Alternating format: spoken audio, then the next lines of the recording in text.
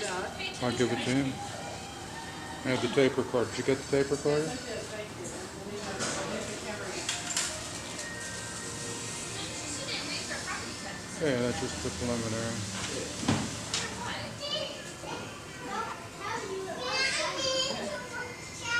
Okay, Here we set. are, and it's Zoom in a bit. the 23rd. We're in San Jose, California. I'll take that. I have new teeth today. You have new teeth today? Yeah, I'm changing. It changes a lot of things. I have Winchester. Okay. It changes your everything.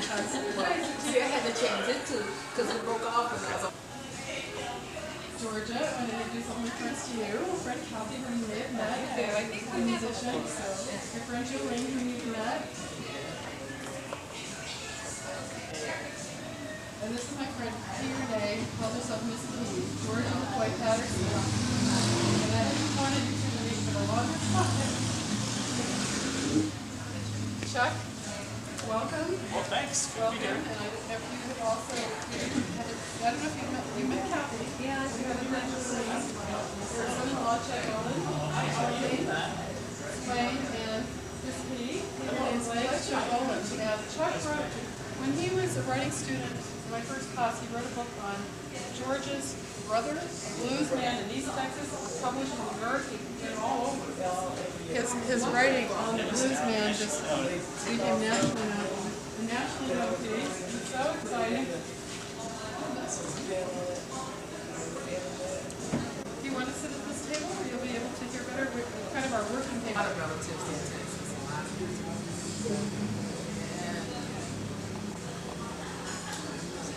Yes. Well, it was Chuck. It was Bradley's first piece you ever wrote. And he said, I will publish what I write. I thought, right, everybody waits 30 years. He just decided he's going to publish anything he writes. He writes this piece. He writes this piece on her brothers, and he'll tell him a little bit about his marriage to Connie. And boy, the merchant just picked it up like that, and it goes crazy. Spread, and it was picked up in that town, and Brother Lynn's nothing to do. And also kind of brought the writers to the version of it, so it really has come on. Can you come on stage today also? We're having this rare little moment of Boy, I'll still be working. I'll be working. zoom over it, or get off it. It's my house, This is from getting out of that place. Come over and play. You guys, thank you guys.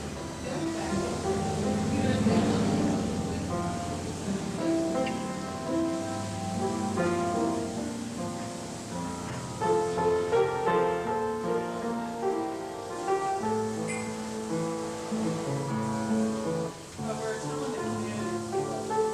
We celebrate Western really. And we're telling the community.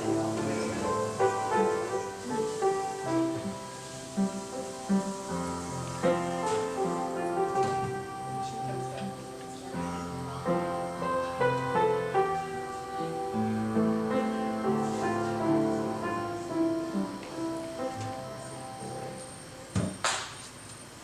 Yeah. Great. And where is this? Well, I think we probably should just get started welcoming people. Welcome to all of you who are here. We're going to have a special night tonight with a medley of performers. And how many of you remember the 60s movements in this area or anywhere around? Did you? Okay. You do? A little bit. You do, okay. So this is for people who remember and people who didn't get a chance to be there.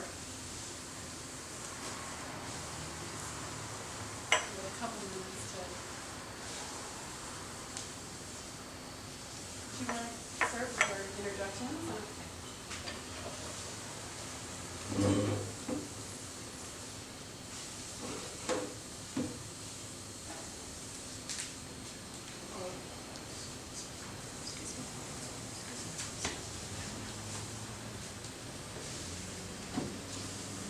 Good evening, ladies and gentlemen.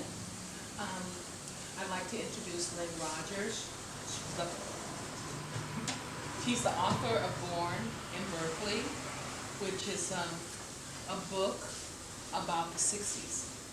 And we're going to be giving you some really wonderful experiences from her book, okay? So if you could just sit back and enjoy. Thank you.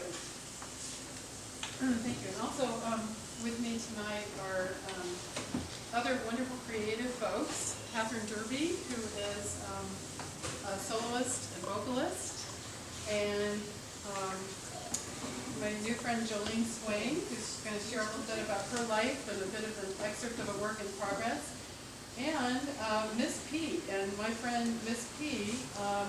Has recently signed a contract with Fox Studios Television.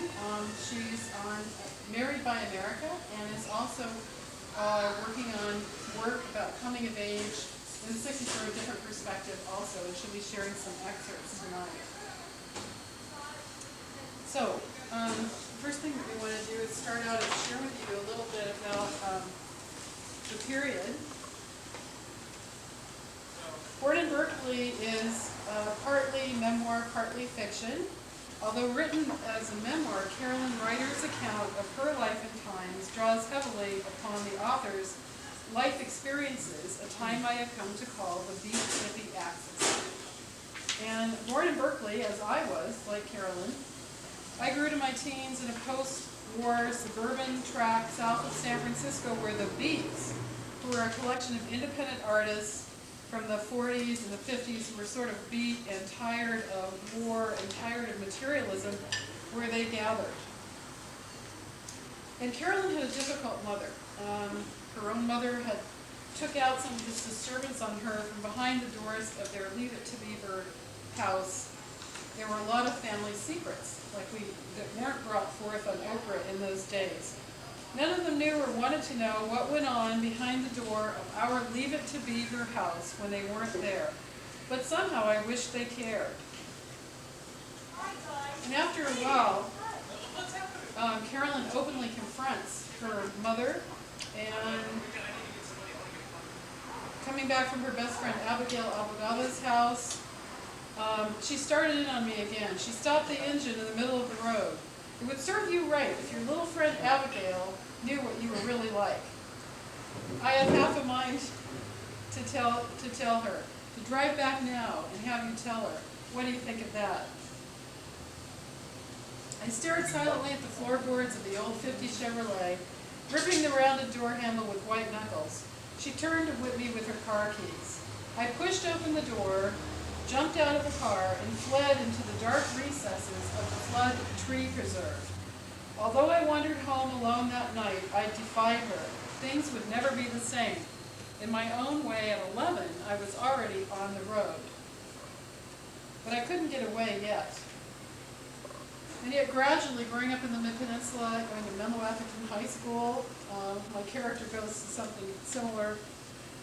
She eventually encounters folks who are a little more interested in rising social trends for social justice than just shopping. And we see around us in Willow, Glen, a lot what we're seeing in Palo Alto now. There's a lot of emphasis on materialism. We'll talk about that more tonight. But she meets a young woman whose family, a Jewish family, had come from the House Un-American Activities era to sort of flee to California. And Emma told me about Quaker meetings in Palo Alto, where I heard long-haired young students sing folk songs about peace. They needed fundraisers to help Negroes vote down south. Having been trod on by my mother, I identified with the Negroes' plight right away. And I wanted to sort of draw from some of your experiences of Renee and Jolene. Did you want to come up and share a little bit about the other side of the coin? While there was this movement for civil rights that was developing here, there were real experiences being encountered. Do you want to come and share a little bit about that? Ms. P. Jolene?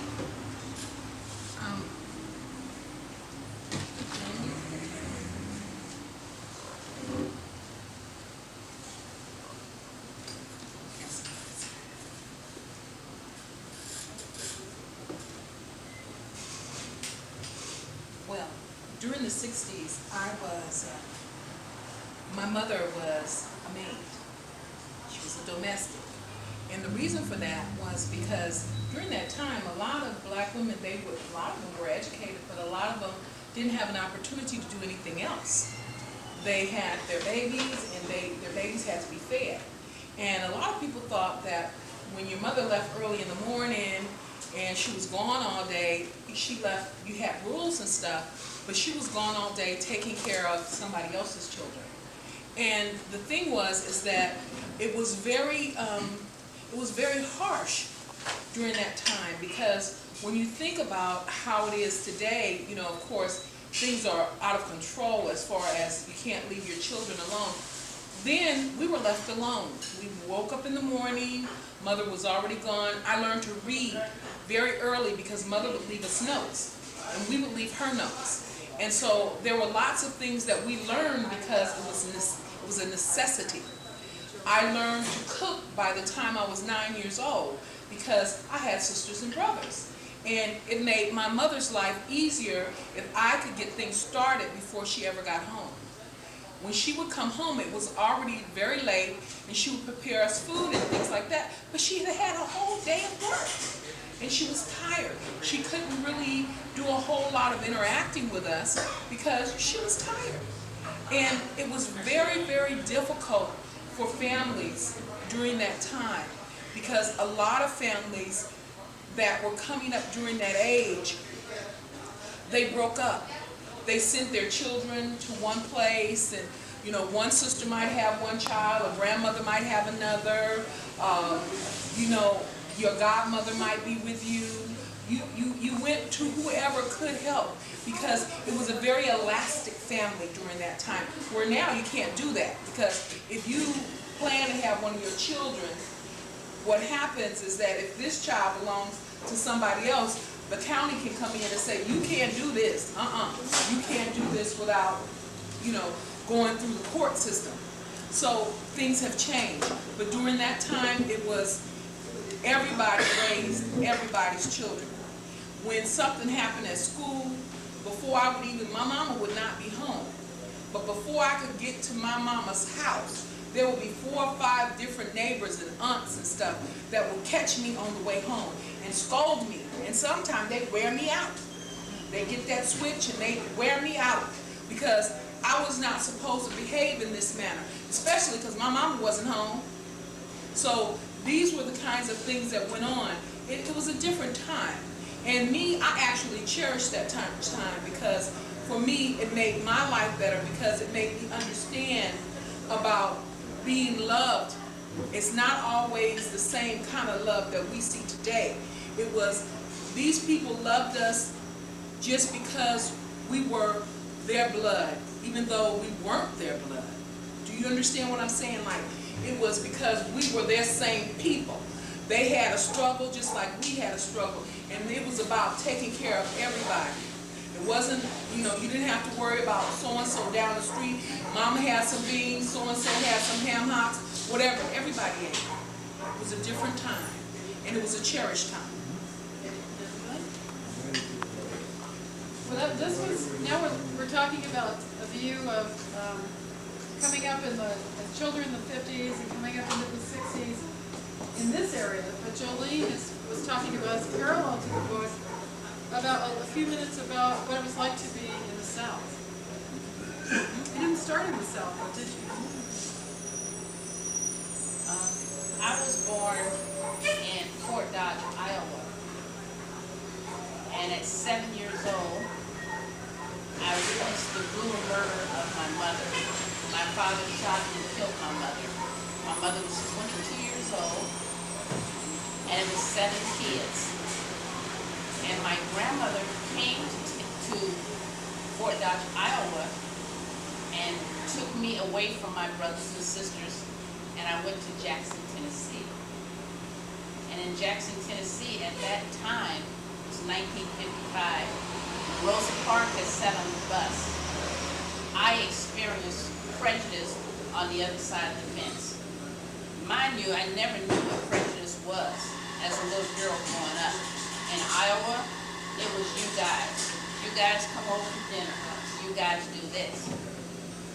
Going to Tennessee, at only 7 years old, I went up to a water fountain and walked over and got a drink. And all of a sudden, I got slapped. fell to the ground. My grandmother slapped me. And I looked up and she said, "You stupid little witch." But that's not what she said. Anyway, she said, "You go to the colored sign and drink your water. You don't go to the white sign." And I said, "What?"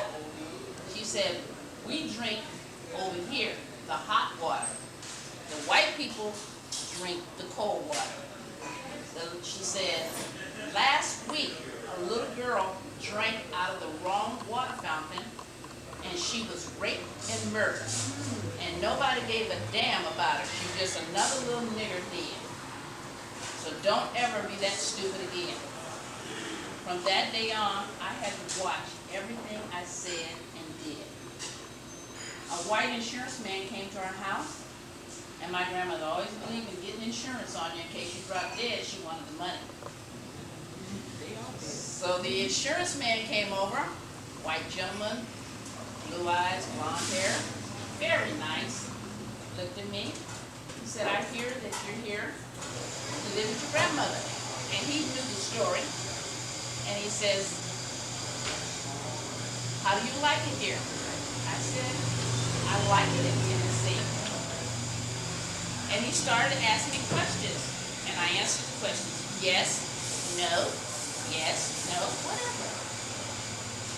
And all of a sudden I look over and my grandmother is twitching. And just twitching. I don't know what's going on. The man leaves. She goes into a rage. "You sassy little bitch. Don't you ever look a white person in their eyes. You look down to the ground. You say yes, ma'am, and no, ma'am. It's called respect. Yes, ma'am." My grandmother had a lot of hatred in her because her parents were slaves and they had been abused. So the abuse had been passed from generation to generation. And now I choose with my kids to give them love.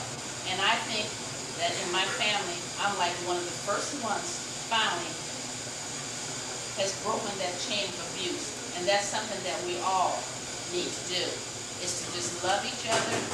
And the child abuse, we all here today, it starts with us by teaching kids respect.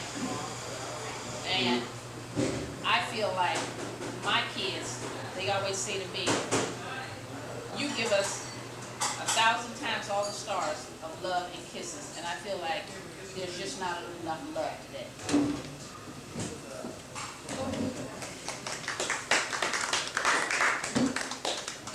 Well, for Carolyn Ryder, born in Berkeley, living up in the peninsula, living here, she began to hear at age 15 that these things were going on in the South. And some instinct in her made her want to participate. Because she'd been trod on by her own mother, she identified with the Negro's plight. The Student Nonviolent Coordinating Committee appealed to me. Hovering between religion and rebellion, I found an answer, a way of doing something good for those on the fringes of society. SNCC raised money for civil rights workers in the South. We learned Negro voting rights activist James Meredith was wounded by gunfire on a Mississippi highway, and how a worker from Mississippi gave a speech at the university my parents had attended. UC Berkeley administrators prevented students from collecting money for such civil rights workers. In a fiery speech, Mario Savio said, "There is a time when the operation of the machine becomes so odious, you just can't take part." So I joined the committee that first night and found an identity at once. Among idealistic sons and daughters of Stanford professors suddenly more concerned about racial injustice than shopping. A Negro leader from East Palo Alto spotted me as a national spokesperson for the cause. Weeks later, I hitchhiked home from a Presbyterian ski trip to work at the fundraiser we planned at the American Veterans Hall in Redwood City. I took up the microphone and convinced the World War II vets to give their Negro brothers down in Selma, Alabama, a real chance to participate in our great country you saved from the enemy overseas. You helped free the Jews from the concentration camps. Let's free our Negro brothers and sisters to vote. We shall overcome someday. We shall overcome. We shall overcome. We shall overcome someday. Oh, deep in my heart, I do believe we shall overcome someday.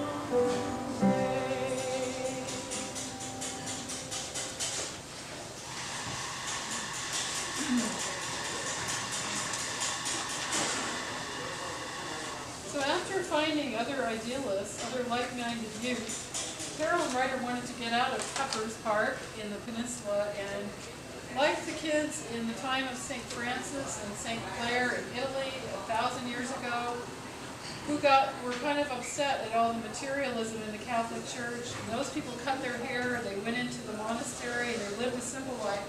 A lot of the young people in the mid-60s here were kind of tired of all the wonderful post-war buying gadgets and keeping up with cars and matching clothes. What was a wonderful thing after the war was becoming equated with the value of a human being. And people were becoming cliquish, focused on materialism. So some of the kids, very few now, turned away from this and started taking to the road, following like the mystics and artists before, living in the moment. And we're talking about values here from that time in the book. The first value has to do with justice for those that don't have a voice, and we've talked about that. And the second value is about giving up materialism and living more simply. And from born in Berkeley, she's 28. Carolyn, very young at this point, finds herself following a group of a bit older young people to places like Esalen and getting involved in a progressive school called Pacific High School. It used to exist up on Woodside Boulevard where Bob Weir attended and Joan Baez helped to make that school. And one Easter vacation weekend, she finds herself there waiting for Joan Baez to come. Satisfied, I clambered up from the edge of the cliff to the grassy knoll and headed toward the Esalen Lodge to watch the influx of arrivals to the Baez concert. Beaded youth, young men and women from all over California streamed down a radiant, God's eye-shaped swimming pool below the rustic lodge and breathtaking Big Sur sea. Those who had crashed in the redwoods, or like me, who'd slept in the Esalen grasses, were the first to emerge. Joining them were the flute-playing, sandaled youth with bells and eucalyptus, and boyfriends and girlfriends, occasionally a baby or a dog.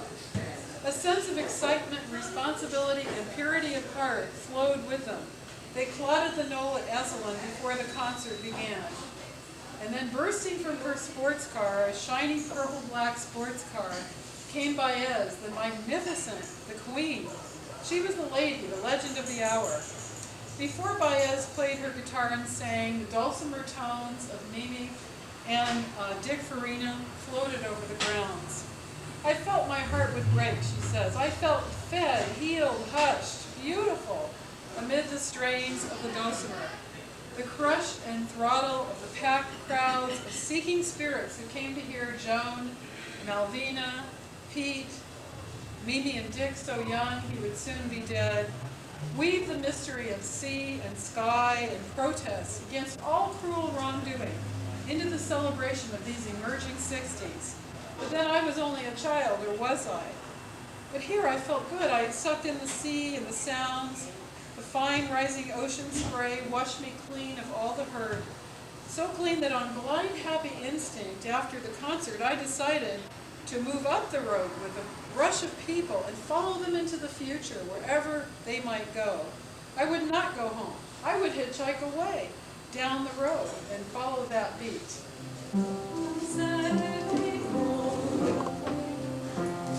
I'm going away with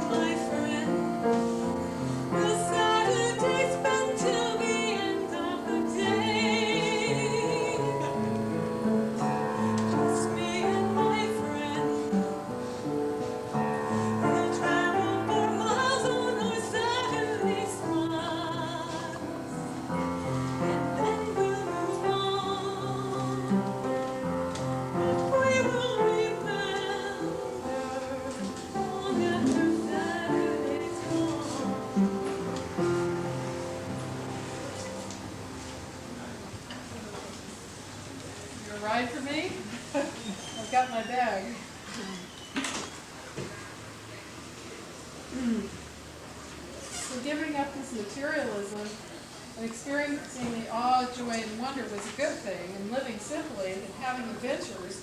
The bad thing was being misunderstood by practically everybody else. Remember, this was a time before it was a popular thing. This was just before it became commercialized. Before the term hippie was coined, it was not okay to do this.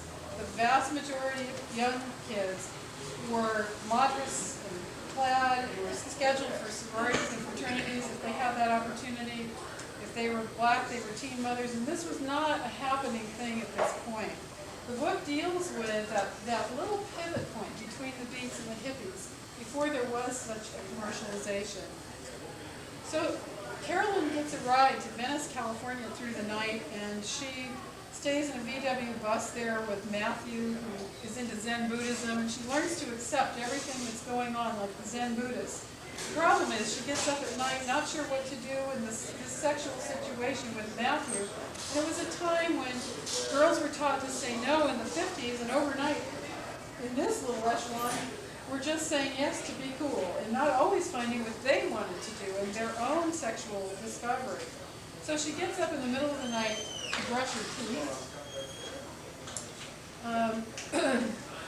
and she encounters some problems. She's at this Blue Onion Folk Cafe at 5 a.m. after thinking for a long time how uncool I was, unable to get back to sleep after this, afraid to move to the left and wake him, or to the right and wake him. I decided to brush my teeth. I stumbled out of the van toward a faucet at the front of the building. Cars rumbled in the dark. Water sprayed up from the public water fountain near the curb leading to the beach. I spread Colgate from a smashed tube toward the lush water sparkling in the dark, and then a male voice screamed, "Stop!" I heard it out of a hollow in the dark behind me. The hairs rose on my neck. Suddenly the sky was flooded with light. "Orange County Sheriff," a voice announced. Chapter 6. "Shall I get her?" asked another. Hard soles slapped on the pavement, then stopped. "No, I'll do it." On the way to the station, I wondered why they hadn't believed me. "What are you doing here?" they'd asked. So she gets taken through a kind of degrading experience in the juvenile justice system. But she's a lucky one. Her parents are middle class, and eventually, though she hides it, somebody probably calls her parents, and they probably call a lawyer. But while she waits there, not knowing what will happen, she's trying to stay in the Zen philosophy of acceptance. I wrote on a piece of toilet paper. It tore. I tried a blank spot on the Reader's Digest. "Each moment presents itself to me in peace. I have surrendered to life," she wrote. And she writes these odd, wayward thoughts until I heard a girl outside calling out. "Jolene, you ready to?" I heard a girl outside calling out through though unclear. It seemed to be from outside. "Did you want to come out?" I pressed my face toward a double-grilled window slit open to the outer yard. "Who's there?" It's me, Tanya. Came a voice from the window next door. Are you the new girl? Can you call my mother in Monterey? "I just got here." What on? "Runaway, I guess." Ever been here before? "No, I live near San Francisco." You'll get out then. My mother won't come. She was here once. I need to call her. "Except you were crying." I said, "Can I help you?" Yeah, call her. Call my mother. I came here out of a foster home. They were mean. Call my mother. I promised to do so, took down her number with a stub of pencil on the inside flap of the Reader's Digest. Tanya continued to implore me. She hasn't been here to see me for 6 weeks. Since they're talking of going to send me out into a new foster home place. "I'll call you, Mom." I'm just a poor wayfaring stranger, a traveling through this world of woe. But there's no trouble, pain, or danger in that fair land to which I go. I'm going there to see my mother. I'm going there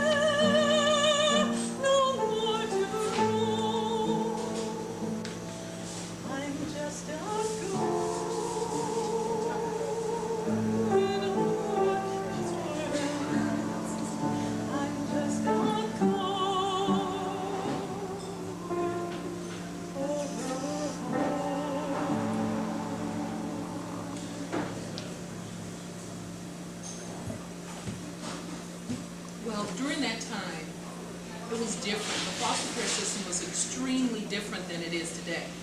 Because right now, today, as we speak, 70% of all youth in the inner city are in foster care. This is a piece written about that particular situation. This is only one child's story that I happen to know. But I'm sure there are many, many more. I carried her in my heart for 9 months. All the while, they asked me every question in the book. The saddest thing was, most of the questions didn't really have anything to do with her. They would never ask would I love her as I'd given her life. They didn't ask me if I cared what she was like. Nor did they ask me was I willing to hold her when she screamed all night. No. They told me that there would be a small check in the mail at the end of 4 weeks. Then they just walked out, and they didn't care.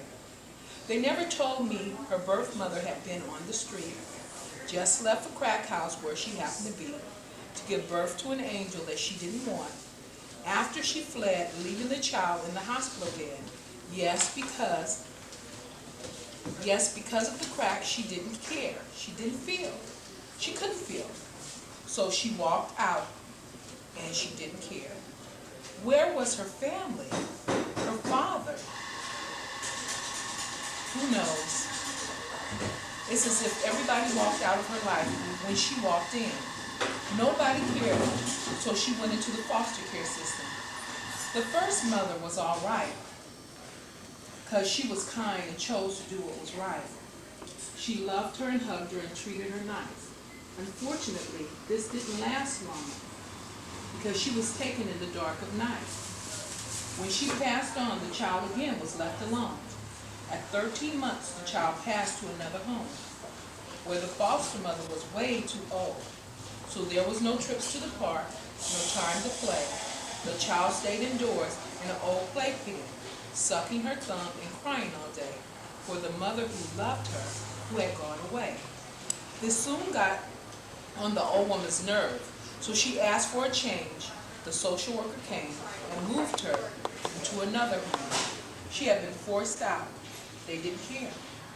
She was not quite 3. This time the foster mom had her own 3 children, you see. So she didn't care what this child's needs might be. All this woman wanted was the extra cash. It was just a job which paid for the roof over their heads and the food in their mouths. The child's check didn't pay, nor could it pay, for her to be held or hugged or loved. All the baby needed was mama and some mother love. That was something this woman couldn't nor wouldn't give. That was something reserved for her own kids. This girl screams all the time and pees on the floor. So now this little girl is out the door. The woman kicked her out of her house, never looked back, and why would she? Because she didn't care. This is when she comes to me. She comes to my home. She's a 4-year-old infant because she stopped growing when her first mother moved on. Now I have the duty to help her to see that no matter what happens, she can count on me. That I will be there until the end because I care, I love her, and I refuse to walk out. As it's been said, children learn what they live. Because of her beginning, now at only 16, she chooses to be on the street with no place to lay her head or no food to eat. No matter what I said to make sure she knew that I loved her and would always be a mother to her as long as I am. As long as I am here. She couldn't or wouldn't hear my plea because she learned one thing clearly and very well is how to walk out and not to care.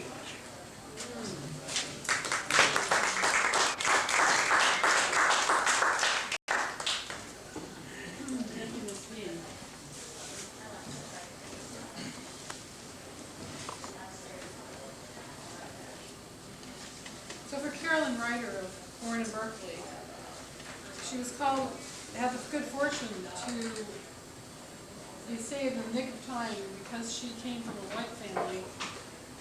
Because at the very last minute, somebody called a lawyer. She didn't go as the social workers, and one of her protest incidents recommended that she be also incarcerated for 3 years.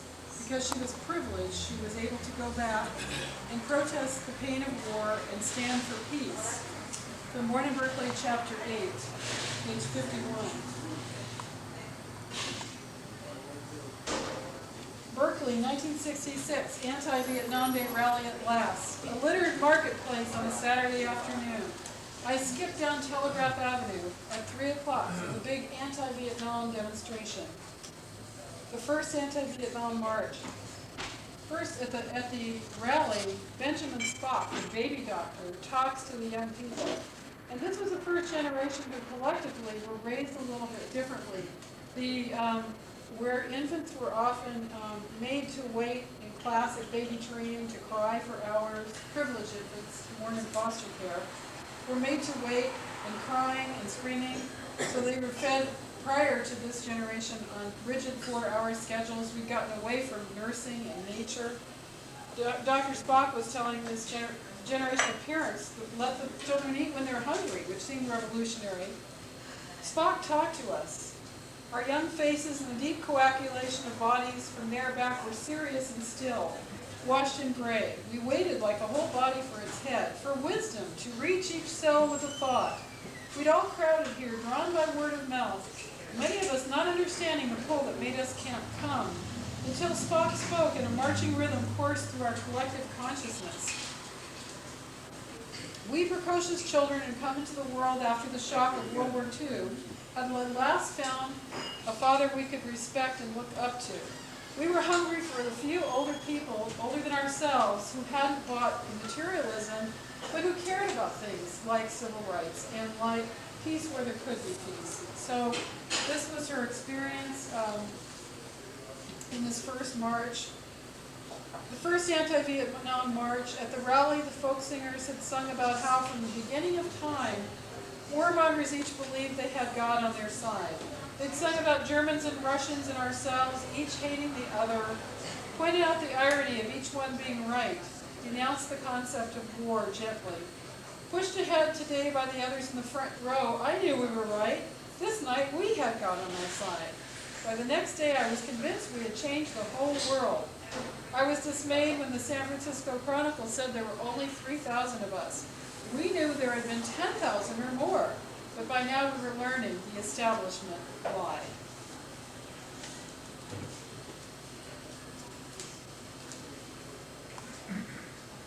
And this was the time of Dylan songs. We would listen to Dylan's words and hear those words and hear that music. But there are also experiences a little bit different from that were going on for black soldiers and for people of color who were scripted for the war in Vietnam. I don't know, Jolene, did you want to talk about that a little bit? We were thinking about how I think a large percentage of the people who actually went to Vietnam, fought and died in Vietnam, were people of color, right? So it was a little bit different kind of experience in the war. Its consequences. When we look at our time today, over 30 years later, after the World Trade disaster brought the deaths of thousands of innocent people, after office workers of all colors and status, some jumped hand in hand for the next world, we have images of American soldiers, heroes and heroines, firefighters, police officers, airline passengers and crew, thousands of innocent people, first in Afghanistan, and now, more recently, the war, invasion of Iraq. We see the loss of American and British lives and tragic images of Iraqi civilians, including the boy that Time magazine featured lying under dirty towels, dying of septicemia after losing his arms, or the toddler girl bleeding and crying in a Marine's arms for her dead mother. These are all images of that time.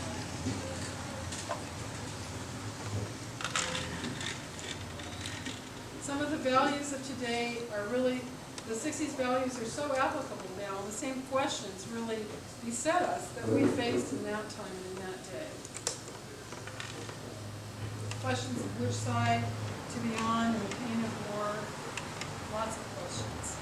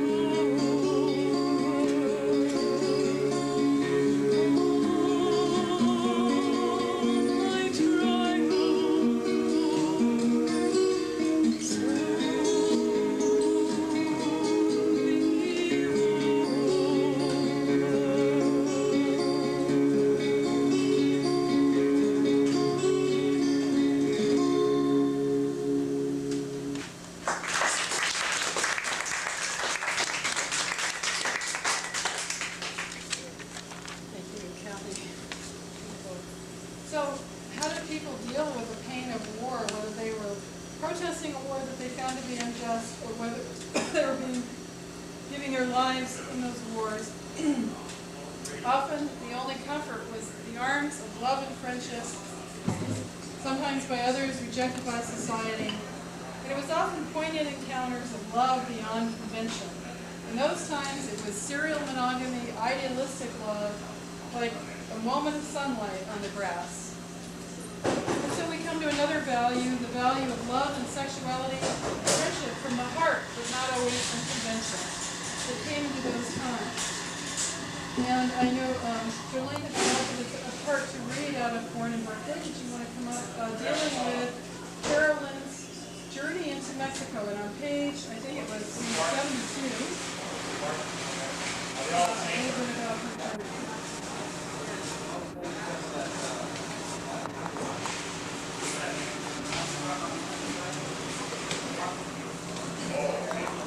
I church dreamed that the giant ship rolled over us as we swam.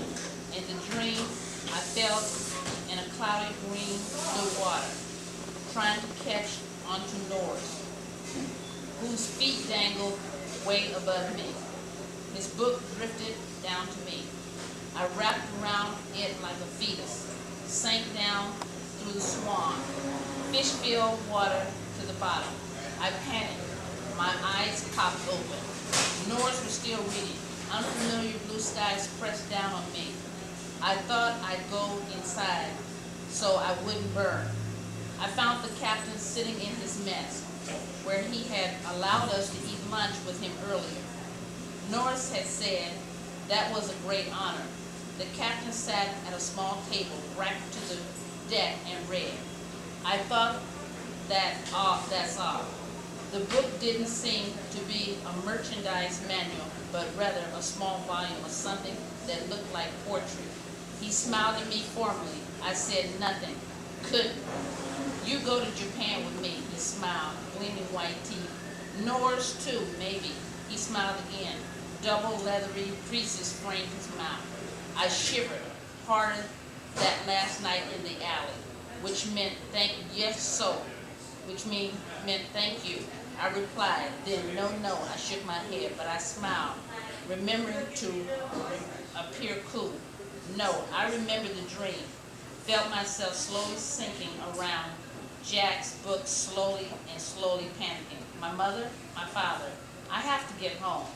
I said he thanked me for the meal we had earlier. That's all. I smiled again, pressed out his outstretched hands, and fled back to the leapboard deck to find Norris.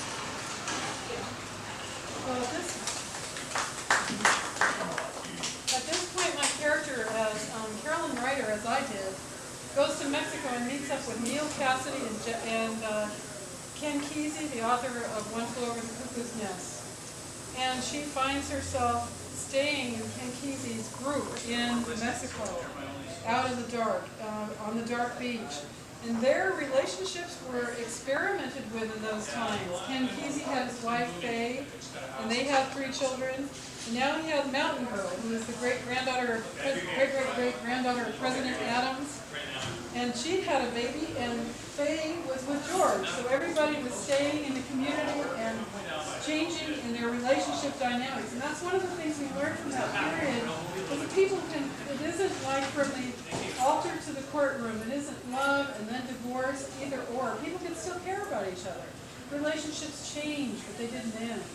And people could be younger and older and mixed in race, and there were different ways that people could be and love one another. And so that was really a time of experimenting with relationships and keeping the spirit of love behind it. Now we see so much of, so many absolutes.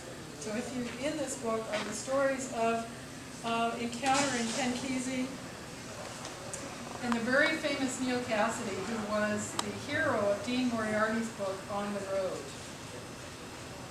And her young friend Norris, who is with her in Mexico, has heard about this great guy, Neil Cassidy. And he keeps looking at everybody else. First he sees this handsome, blue-eyed young man, and he says, Neil Cassidy? And no, Mountain Girl says, that's only Babs.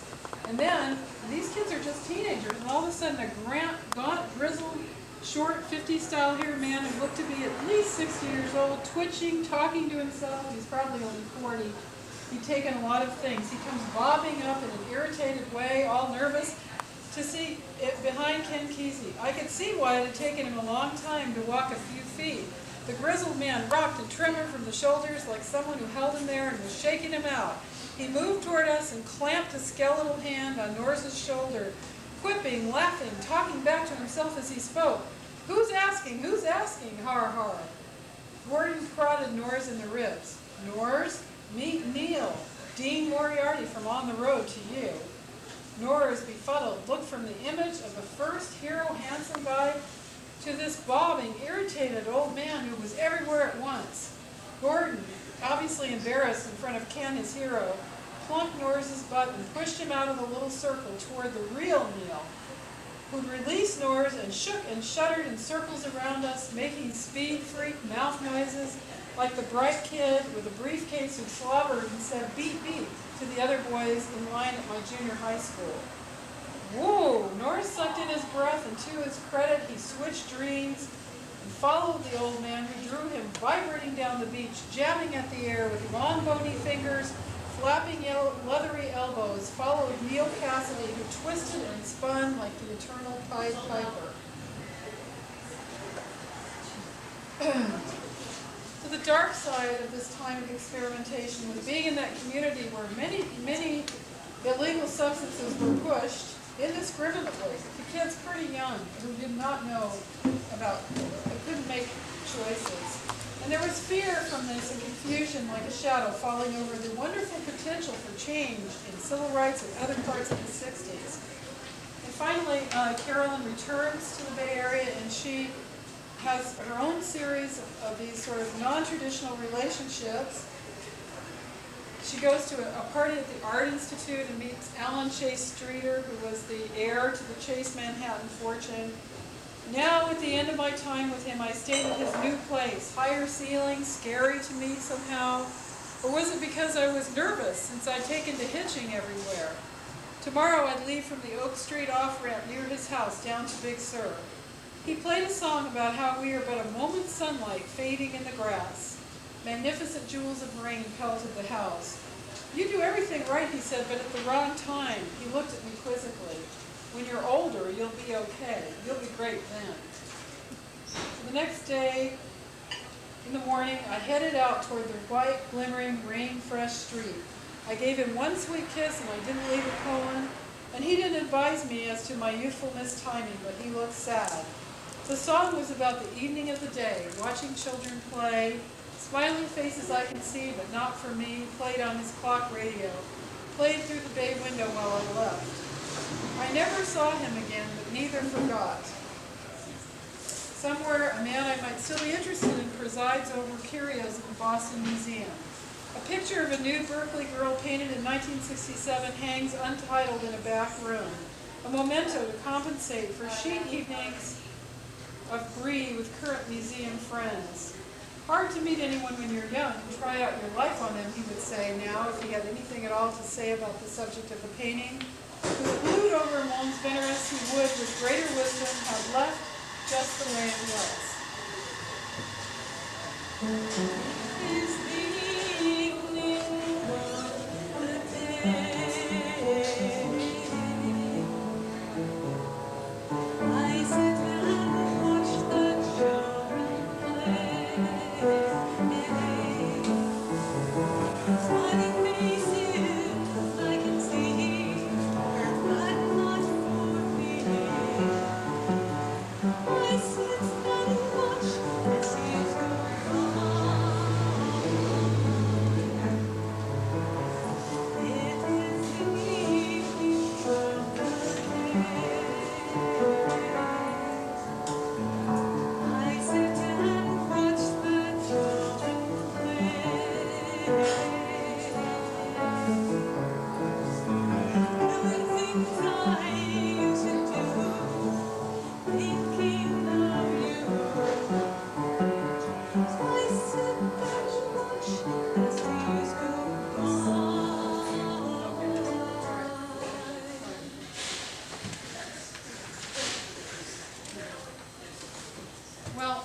as white girls and some privileged girls were having these sequential monogamous relationships, there were other people, poor white girls, and a lot of black young women who were finding themselves teen mothers at an early age and weren't getting to experience some of this.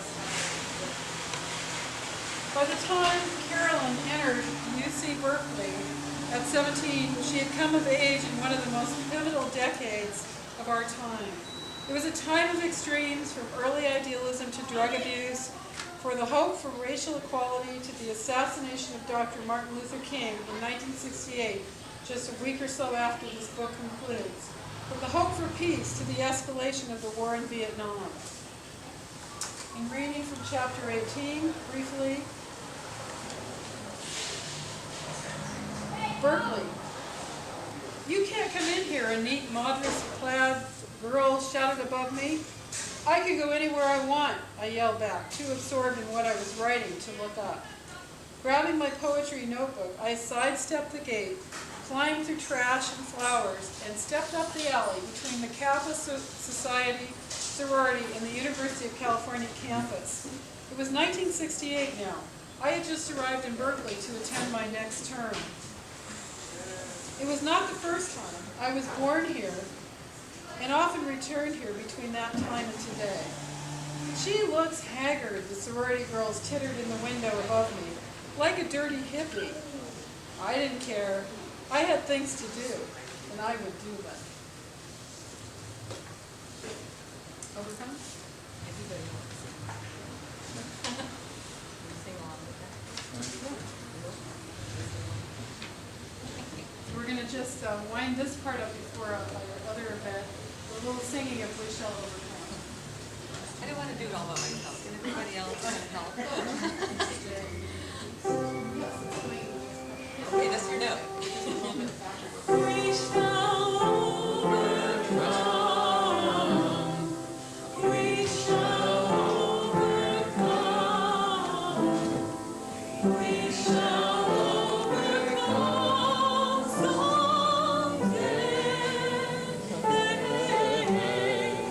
Oh, deep in my heart, I do believe we shall overcome someday.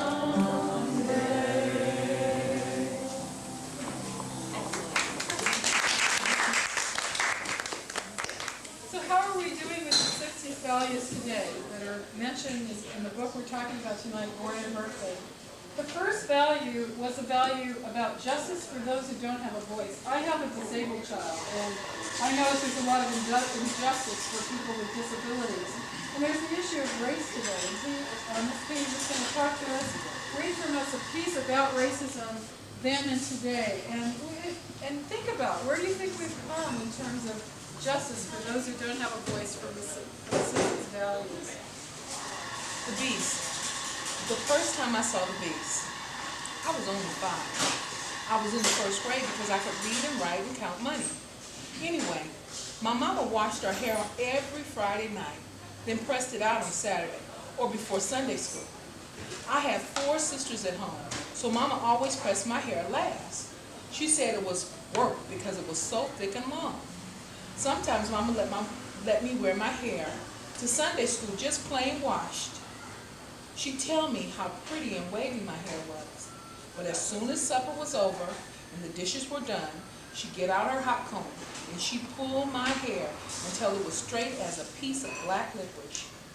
Well, one Sunday, mama had to go back to work because Miss Armstrong, the lady mama worked for, had gone to the hospital. Mama didn't have time to press my hair, so she combed it into 3 pigtails and tied it up. Baby, you can wear your hair like this to school tomorrow, and when I get home, I'll press it. Boy, was I excited, because mama never did that. On Monday, when I got to school, my teacher put me right into the corner, where I remained for the rest of the day. I didn't understand what I'd done until it was time to go home. Miss Campbell turned to me and said, "Your hair, it looks just like a jungle." I didn't really understand what was wrong, So when I got home, I told my sister. She said we should look it up in the dictionary. And it said, jungle, land with disc growth of trees, vines, etc., usually inhabited by animals. This didn't help much. I still didn't understand. So we looked it up in the encyclopedias that Miss Armstrong gave us for Christmas last year. But I still couldn't understand. So I waited for Mom to come home. And I asked her. Well, she got real upset, but she didn't explain why. But she didn't press my hair nor send me to school the next morning. Mama called Miss Campbell and told her she was bringing me to school. And she was combing my hair in the same style that it was before. So Mama took me to school, which was different. When we arrived at class, Mama gave my teacher that look she gave us to let us know we'd done something wrong. Miss Campbell turned as red as a bee. Then she smiled and welcomed me back into the reading circle and said, how lovely my hair looked. At that very moment, I understood. Miss Campbell hated my hair only because it was natural, like the Africans wore theirs in Africa, the jungle. That was the first time I'd seen the Beast of Prejudice, but it was not the last. In the late 60s, Mama moved us to San Mateo, which is the suburbs of San Francisco. San Mateo is predominantly white, so we would be closer to her work. I went to school with Annette. She was a biracial girl, slim, hazel eyes, and long curly hair. Annette was what black folks call a high yellow gal like my mom, a pretty light-skinned colored woman. Me, I was round, dark brown, colored girl with long, thick pigtails. We both had ambitions to be on the stage. I had street performed many times in San Francisco on the wharf, and even in Chinatown with Daddy. That was my sophomore year of high school. The drama teacher put a call out that he needed performers, and all interested should come and audition. So me and Annette decided to go and try out. When I got to the audition, I noticed that there wasn't another colored person in the whole place. Well, this didn't bother Annette because she went and sat right, she fit right in. She went over and sat next to her girlfriend, Patty, a white girl. Mr. Doodle, a tall, frail white man, and the drama teacher looked over the rim of his glasses and asked me, now, what are you doing here? I'd never been so embarrassed. I looked down at my feet and I told him that I came with Annette. He pointed to the door and forcefully said, this is not an open audition. You have got to leave. He didn't see if I had any talent, nor did he allow me to audition because he couldn't see beyond my size and my color. That was not the first time, nor would it be the last time I'd see the Beast of Prejudice. My husband died in Detroit, Michigan in 1994 and was buried there. Well, during my short stay in the Motor City, I had the responsibility to go out once for fast food, to a fast food restaurant, to get dinner for the family. My family home is in Oak Park, a comfortable, well-mixed neighborhood. The restaurant was only a few blocks away, so I decided to walk. While walking to the restaurant, a pasty white man snorted the N-word out his car window at me. I was sure I was mistaken. After all, this was not the late 50s, nor was I in the Deep South. I arrived at the restaurant, waited in line. The cashier, a black young man, looked to be no older than my son. Actually, the whole staff appeared to be people of color. I began to place my order when the cashier stopped me. He rudely looked at me and he laughed. Now you know you got to get out of here talking like white folks. I was shocked and appalled. How was I supposed to speak? This was not the first time, nor would it be the last time I'd see the Beast. Last year, in late spring, I realized a lifelong dream. I went to Paris, France, for a whole month. That day on the plane, I was so excited that my stomach was tied in knots. My eyes were closed and I was saying a prayer of thanksgiving. This little bitty white woman tapped me on the shoulder and said, excuse me, honey, but you're sitting in my seat. This is 5A in first class. Maybe you're in 5A coach. I smiled at her and I assured her that I was sitting in my appointed seat. That didn't please her, and she walked away, shaking her head and mumbling. In a couple of minutes, Granny was back. with one of the attendants. The attendant said that there had been some mix-up and she needed to see my ticket again. All the while, Granny was patting her foot impatiently. After looking at the ticket, the attendant turned to her and asked if she could please see her ticket. Well, it turned out that Granny was on the wrong plane. Wouldn't you think the attendant could have looked over Granny's ticket before she came to look at mine? This was not the first time, nor would it be the last time I'd see the beast. Periodically over the years, the beast rears its head and shows its sheer ugliness. Well, I've learned some things about this beast. You have to see it for what it is, ignorance. You must then confront it head on, letting it know that you are enlightened, which makes you larger and smarter than it could ever be. That even if it wins this small battle, it will not, cannot win the war of humanity or humility.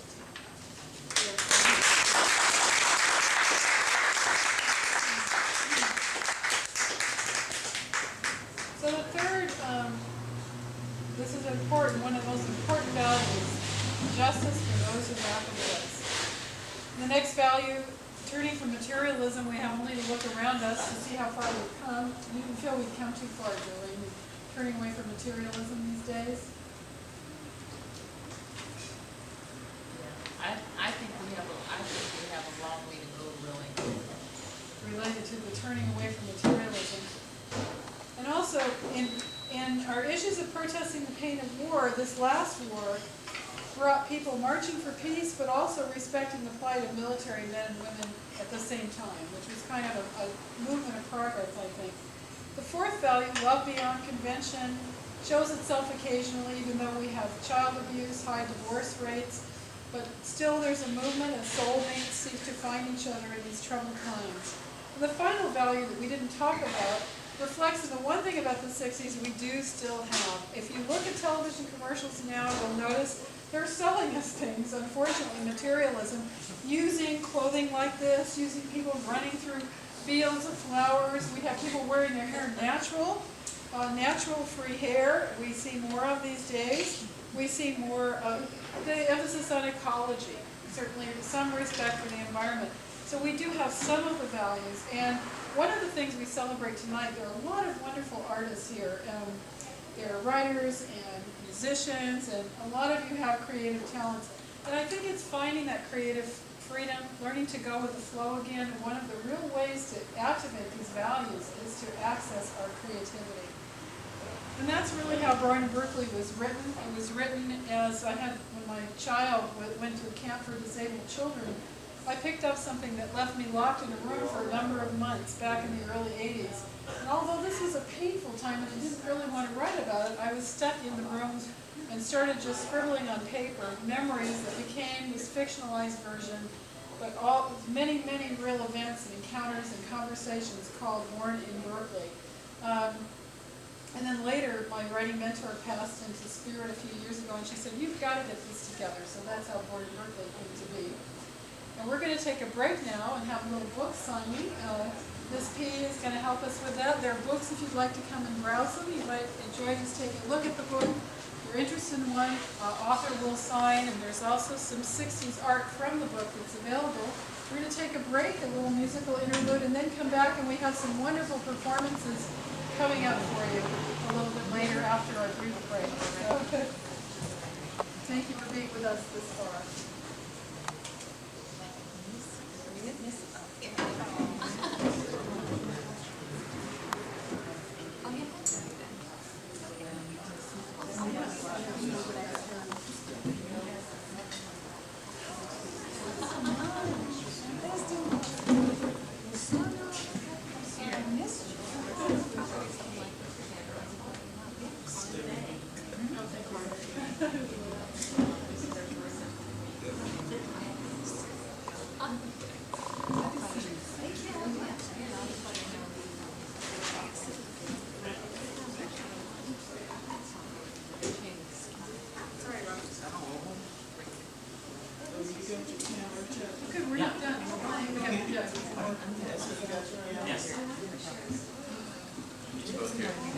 These pictures are my friend.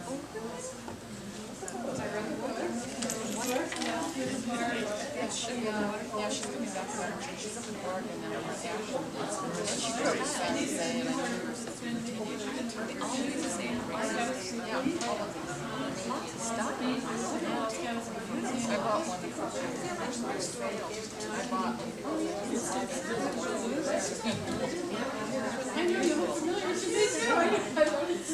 so that's why I knew when you said this.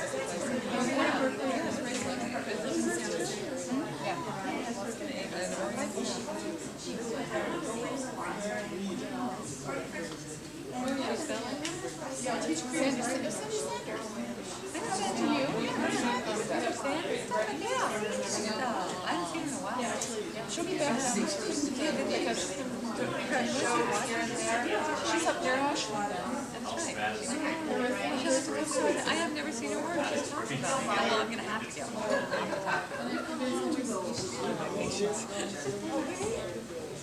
Yeah, good, but we talked about her. Well, hi. Yeah. Talking to her. Anyway, but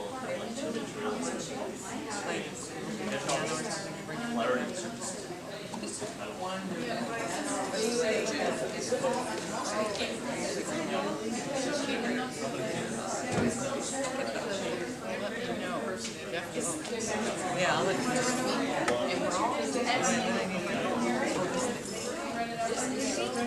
what I bought with you. Do you want to plug this? This is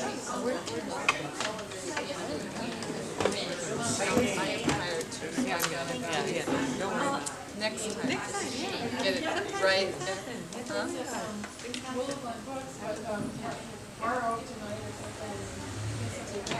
Bye. Are you leaving?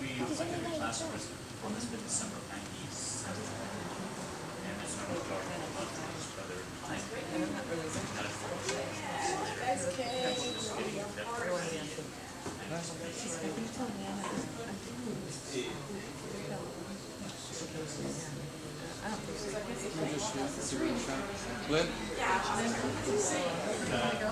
Okay, thank you so much for coming. The video to enjoy. It was really super hearing all these readings. Great. Did you get them on tape where I wrote to get her boyfriend? Like lots of his kids, you did? Great. You did on the tape? I wrote this note for you. I go like, get one of his kids on the outer door tape. Oh, you got it? Yeah. That table there?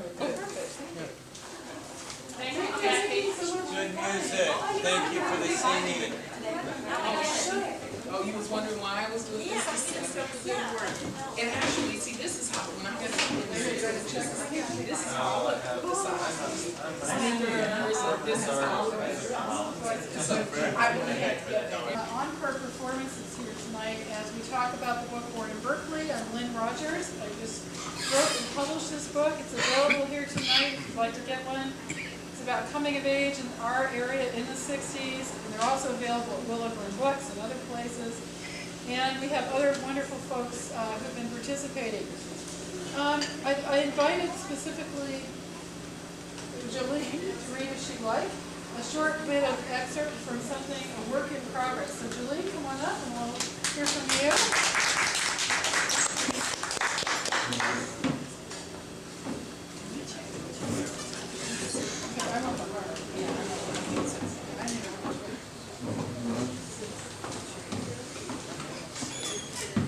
Jolene is a student and creative artist who's working on a work about her life.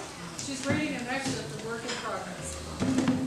I told Lynn I didn't want to read because I want to keep all the focus on her book. But she insists, and like every writer, we're all critical of our work. But I'm going to read you a little bit about me, and I'm trying to figure out which one I want to read. I think I'm going to read, I was 16 years old, and this is just one day in my life.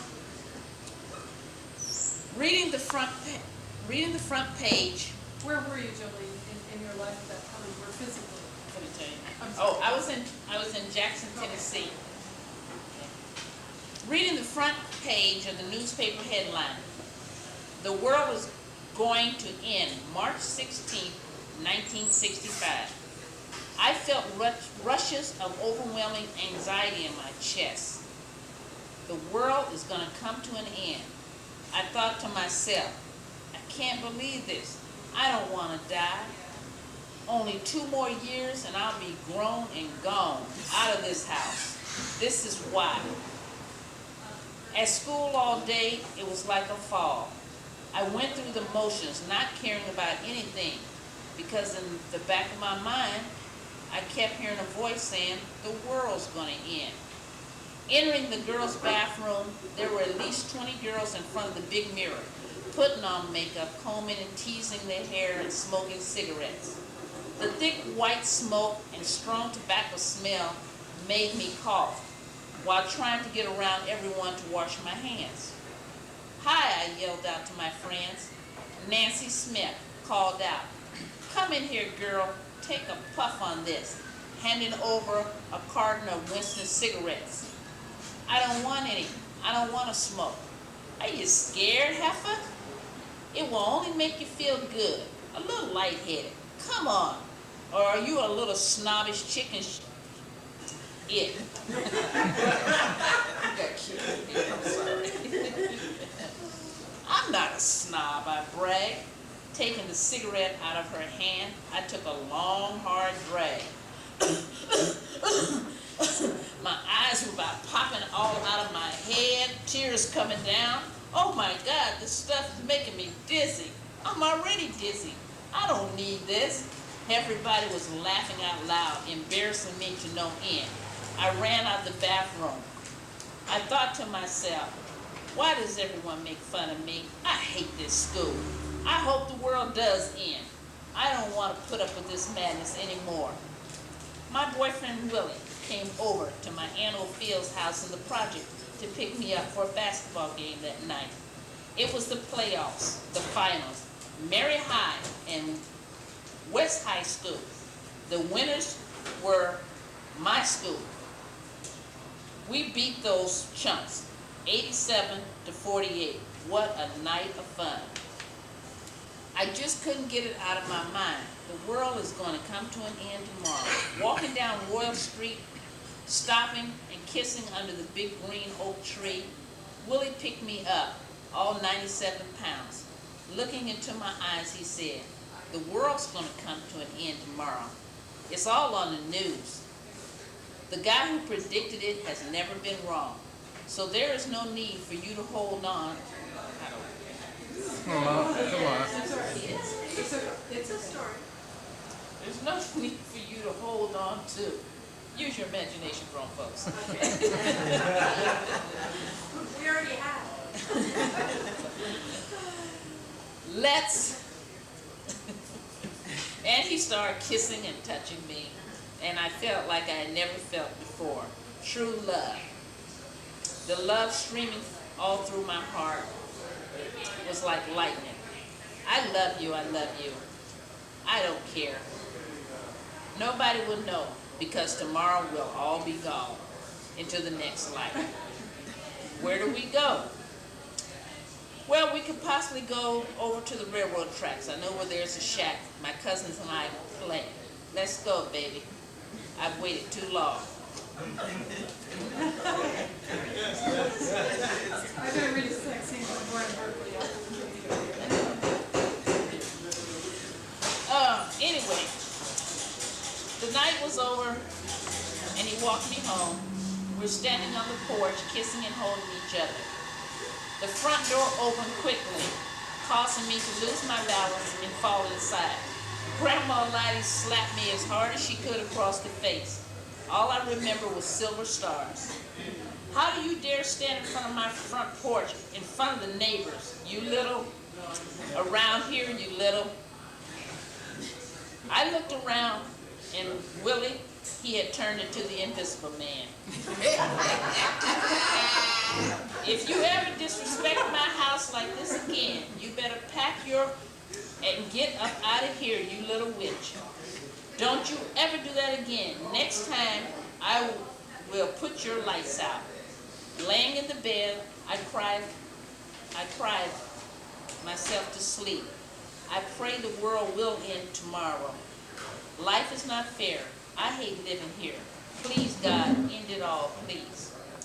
And my daughter's 36 years old now. So the world. Willow is the father of your daughter. Yeah. It's a wonderful story. It's Yes. really So our next, great. we are so honored in this presentation of Glen Berkeley night. We have with us Miss P. And Miss P and I met through a writing class that I teach in the community. One day, it was in about a couple of years ago, it's a very open class. It's really a wonderful, democratic, neat, rich class.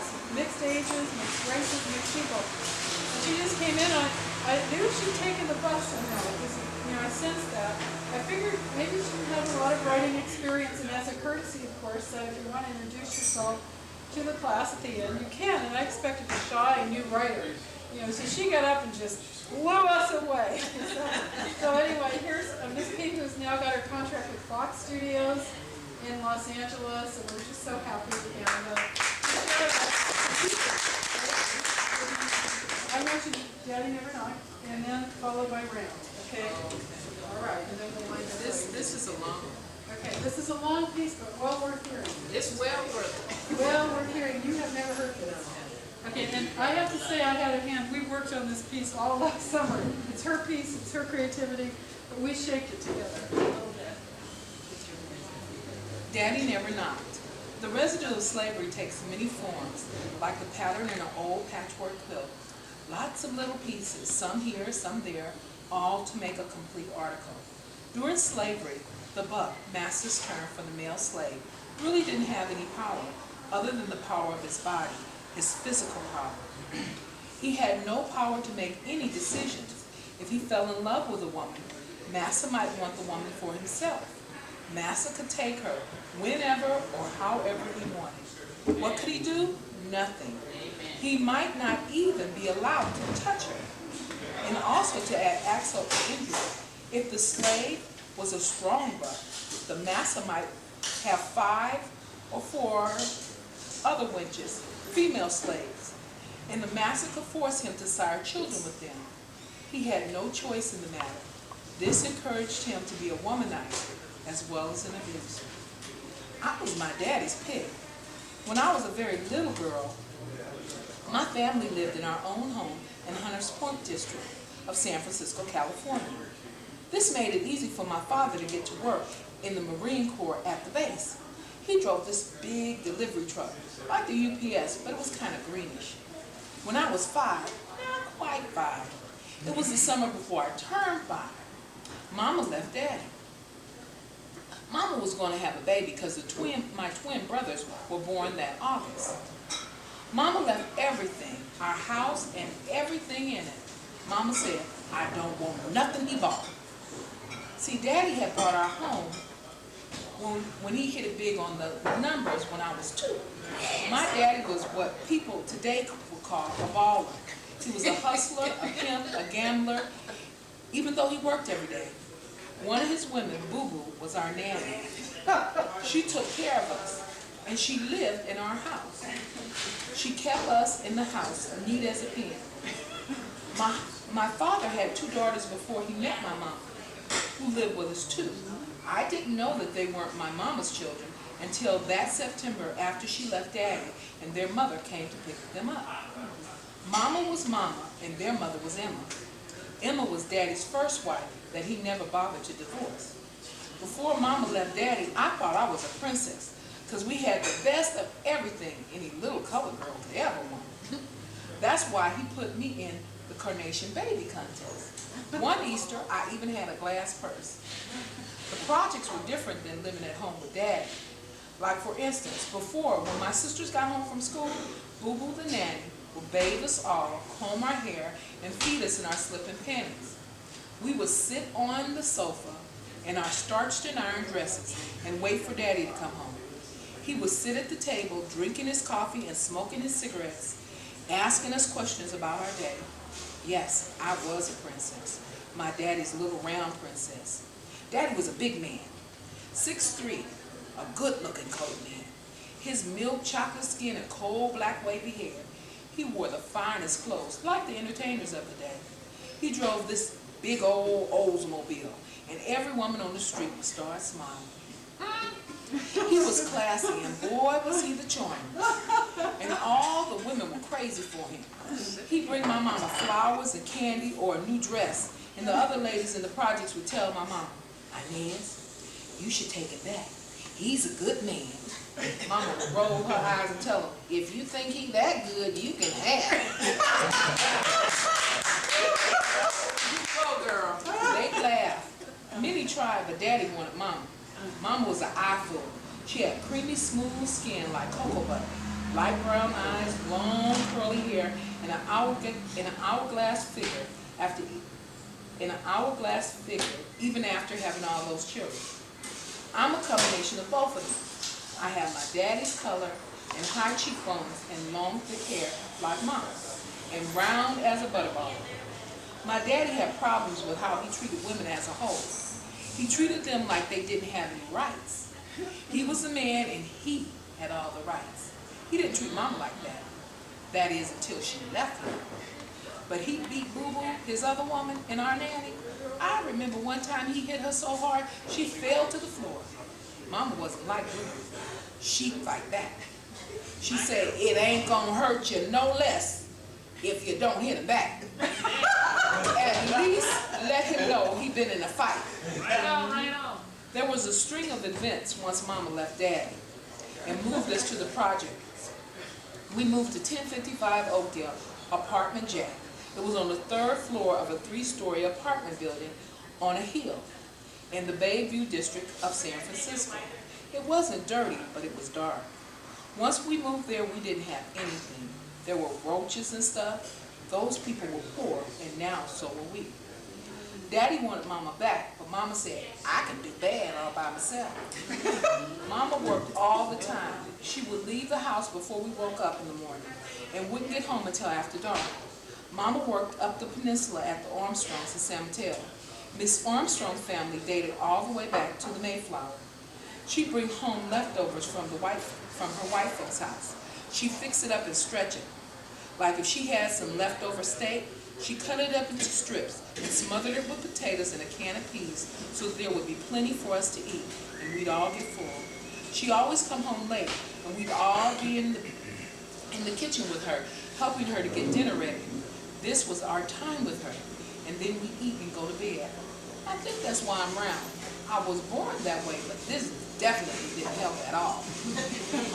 One night, Mama was cooking, but she wouldn't let us help her. She told us to sit on the sofa in the living room. She was frying some chicken. She had this enormous cast iron skillet. It was bigger than any I've ever seen from then till now. She could fry a whole chicken in it. And on special occasion, she'd make a pineapple upside down cake in her skillet, big enough to feed an army.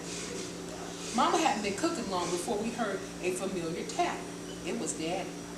He did what he always did, kick the door down. He never knocked, just kicked the door down. I guess it was because Mama wouldn't give him a key. Daddy walked in like he owned the place. Didn't say a word to any of us sitting on the sofa. He walked around the living room wall into the kitchen. When he got into the kitchen, Mama threw it on him. The whole skillet. The chicken, the grease, and all. He lit out of there screaming. You would think that would have stopped Daddy from bothering Mama, but it didn't. It only got worse. This was only one of many fights my parents had. See, when I was coming up, there was this television show called Friday Night at the Fights. Everybody watched it. Well, we didn't need to because we had it live. Mama would tell us, when you hear your daddy fighting me, I want you to go over to Miss Evans and call the police. One day in summer, it was sometime later, maybe a year or so, because I remember Daddy Burns had here. I was an inside child. As I told you, I was Daddy's pick. He spoiled me rotten. Even though he was mean to my mama, he always gave me whatever I wanted.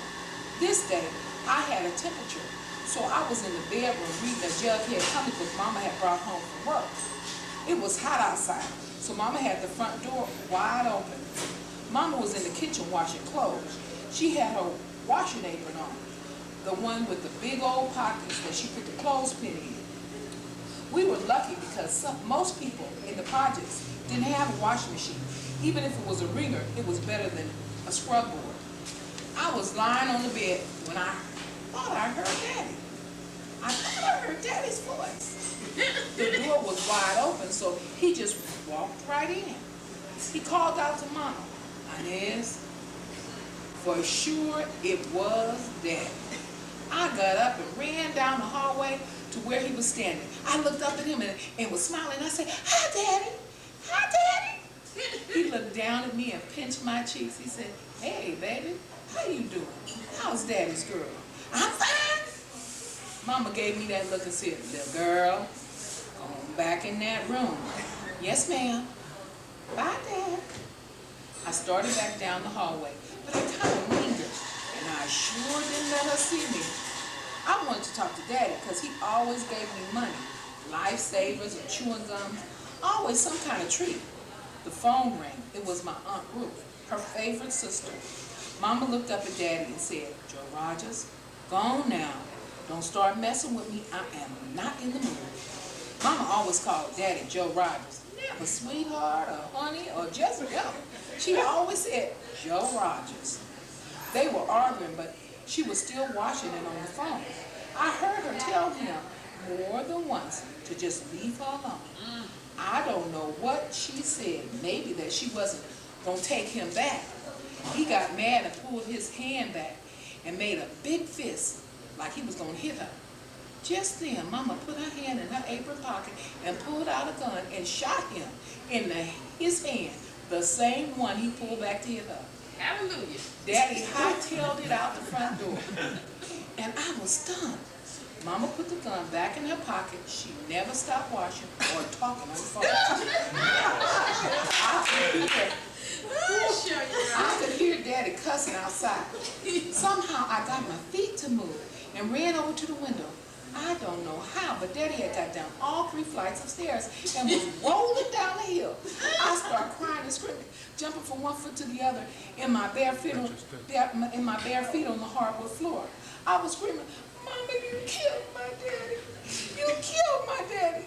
My mother turned and looked out the window, then back to me. She said, "Girl, I ain't killed him. I just made him think about putting his hands on me again." It wasn't long after this that Daddy retired early from the Marine Corps. I don't know if it was because he was supposed to be making a delivery downtown at the Presidio when he was in the Beirut district at Mama's house getting shot. Even if he didn't tell who did it. My daddy never laid a hand on any of us kids or even raised his voice, but he hurt us. He hurt us in the worst way by opening the door to pain and violence in our life. To watch him, a man, beat a woman into submission. It's like a broken chair that needs repair. No matter how you cover it or paint it over, it's still broken.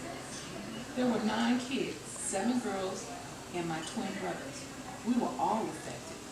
My brothers, well, they are far from ideal mates for anybody. They have this whole myth of being my father.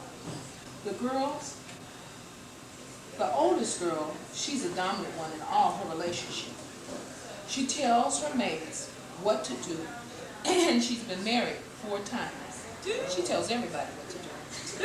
My second sister was homeless for a long time, going in and out of mental wards. My third sister, she believed all men are dogs, that is, when she allows herself to be in a relationship. My fourth sister was killed, so we don't talk about her much. She was really beautiful, but she was always afraid. Afraid while she was in a relationship, afraid it would end, afraid to be happy. She was just afraid, afraid of life, so somebody killed her. Then my fifth sister. Her husband was worse than my father could ever be. She drank and she did drugs. She's now 52 years old and is just now getting her life together. Then there's me. I didn't marry well. I dated some really nice guys in school, but I married a rotten apple. I'm sure this is one of my reasons I'm round. Even though I was born round, this made it worse. I ached to nurture myself. Then my baby sister, she was the seventh girl. Well, she took it all in. Even though her husband didn't hit her, he belittled her and make her feel bad about herself. So now she has all these health problems due to the abuse and growing up in a community where the toxic waste was buried under the projects. None of them purged it. The whole thing. The broken chair that they never threw away. It was always there, but nobody said it or said that it was lopsided. Or did it? They said it and didn't know it. That's why I want to just air it. Put it out there. Tell the whole story. Tell the truth. So people can see and know that I went through all of this, yet I can still go to the light and be happy. If I can do it, so can they.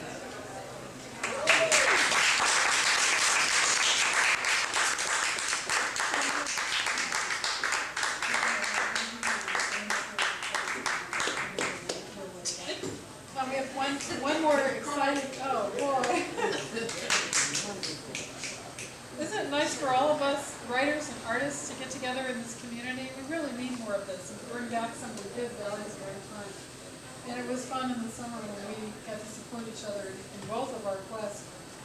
There's a wonderful piece that Renee performed in my creative writing class that just blew everybody away. It's a shorter piece, but you got to hear it. And it's really about self-esteem in the midst of all of our uniqueness and all of our diversity. So the piece is called Round.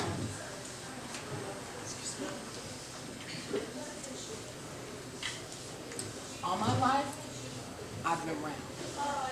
At birth, I weighed a whopping 8 pounds, 12 ounces. And I was 2 months premature. It was a lucky thing for my mama. Can you imagine if I had been carried full term? My Auntie Sally would say, "Oh, Inez, it's just baby fat. It'll fall off once she starts school." My Uncle Joe, he'd pinch my little fat cheeks and he'd say, "Hey, Mr. Chrissy, how are you today?" So you see, I didn't know that there was anything wrong with being around. I thought I was like everybody else. Well, I had a rude awakening. My first day of kindergarten, them kids, they stood all around me. They was teasing me, and they was hitting me, and calling me fatty. Till Ernest told them to leave me alone, because you see, I wasn't messing with them. He told them, "If you call her fat just one more time, I'm going to knock you upside the head." Yes, being around has some drawbacks. Like nobody wants you on their team in a relay race, no matter how fast you run. Somebody want to be your friend, but they don't want to be teased. And you know they watch you every minute, whether you just walking or talking or sitting about. And don't think you're going to eat your lunch in the cafeteria, because everybody stop eating their lunch to watch me eat mine. But I could never imagine what they were thinking. That I was going to swallow my lunch whole, the plate, the tray, and all. My teachers would say, "Missy, you're such a smart girl. Why don't you ever raise your hand or come and write the answer on the chalkboard?" But see, they couldn't hear them kids in the back of the room. See, they would be whispering, "Of course she knows the answer. Elephants never forget." So you see, I would stay inside, and I would daydream. I would imagine I was a movie star. I was in every movie and on every show. And I didn't realize it was actually an advantage being around, because everybody could see me no matter where I was. So all I had to do is get them to like me for who I was, inside. But before I could expect anybody else to like me, I had to like myself. And I remember something my daddy used to say when I was just a little bitty girl. He said, "Baby, you got a special spot. You've been kissed by an angel. That's why you're so sweet. You could charm the devil himself with that smile." So I started charming myself. I started finding all the things that I liked about me. Funny thing was, though, the more I looked, the more I liked what I saw. I started doing things that I enjoyed. And when people would say, Fat girls don't wear shorts or go swimming at the beach, and you can't be no contestant in no beauty pageant. I said, I don't care what you think, and I don't care what you feel. I love to go swimming on a hot day, and everybody wears shorts in the summertime, and I am a contestant in a beauty pageant. So there. In time, I realized people see you as you see yourself. This world has all kinds of shapes, sizes, and colors. It would be quite boring if everything and everybody were the same. Beauty is in the eye of the beholder, but sometimes you have to adjust the viewer's vision. Thank you.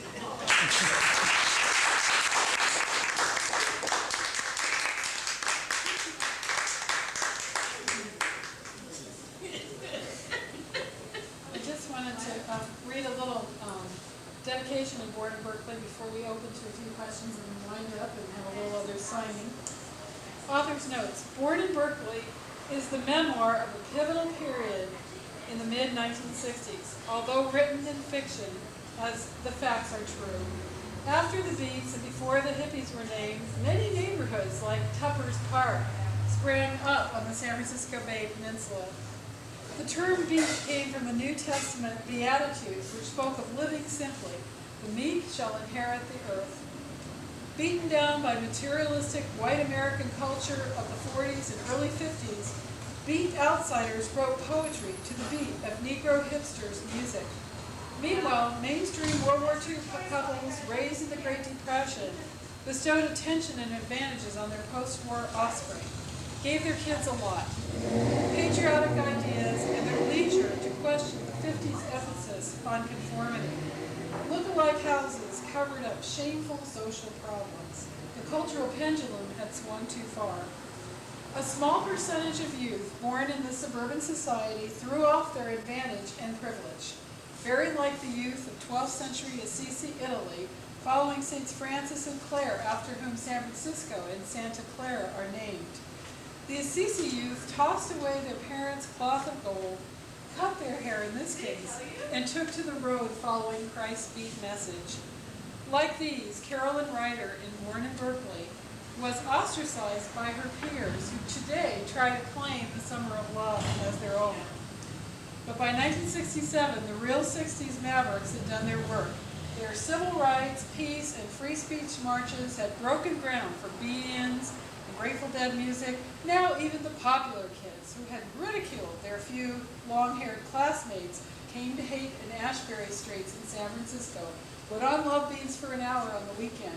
The commercialized hippie was in vogue.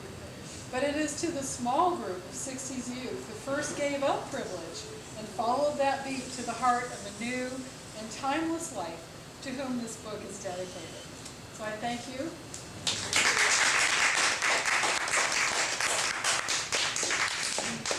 Does anyone have any questions or comments that you would like to bring into the fray? And we'll